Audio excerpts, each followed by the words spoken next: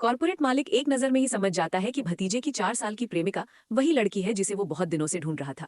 लेकिन रिश्ते की बाधा के कारण वो खुले तौर पर कुछ नहीं कर पाता। इसलिए एक बारिश वाले दिन वो ऑनलाइन टैक्सी का ड्राइवर बनकर लड़की के लौटने का इंतजार करता है। लड़की गाड़ी में बैठते ही कहती है, मुझे लगता है मैं गलत गाड़ी में बैठ गई हूँ। लेकिन उतरने से पहले ही गाड़ी सीधे उसके प्रेमी की बेवफाई के सामने पहुंच जाती है। लड़की अपनी आंखों से देखती है कि देर रात उसका प्रेमी किसी दूसरी औरत के साथ डेट कर रहा है। वो फोन करती है लेकिन प्रेमी कॉल काट देता है। पकड़े जाने पर वो झूठी कहानी बनाता है कि वो लड़की उसकी माँ की दोस्त की बेटी है।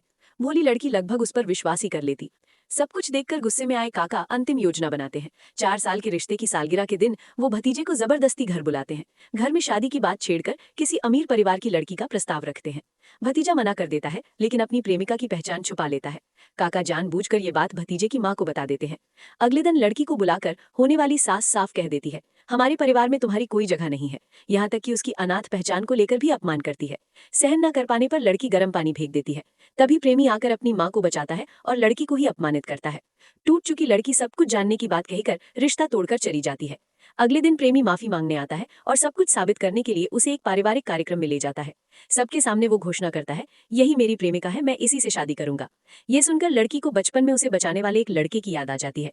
वो एक बार फिर विश्वास करने लगती है। उसी पल सबके सामने काका आ जाते हैं। लड़की समझ जाती है कि वो सब कुछ शुरू से जानते थे। बाद में काका लड़की को बताते हैं कि ये सब प्रेमी का असली चेहरा दिखाने की योजना थी।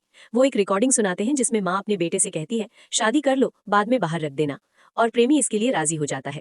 इस पल लड़की पूरी तरह टूट जाती है। वो समझ जाती है कि ये प्यार कभी भी सच्चा नहीं था। तब काका कहते हैं, वो तुम्हारे लायक नहीं है, मेरी बात पर विचार करो।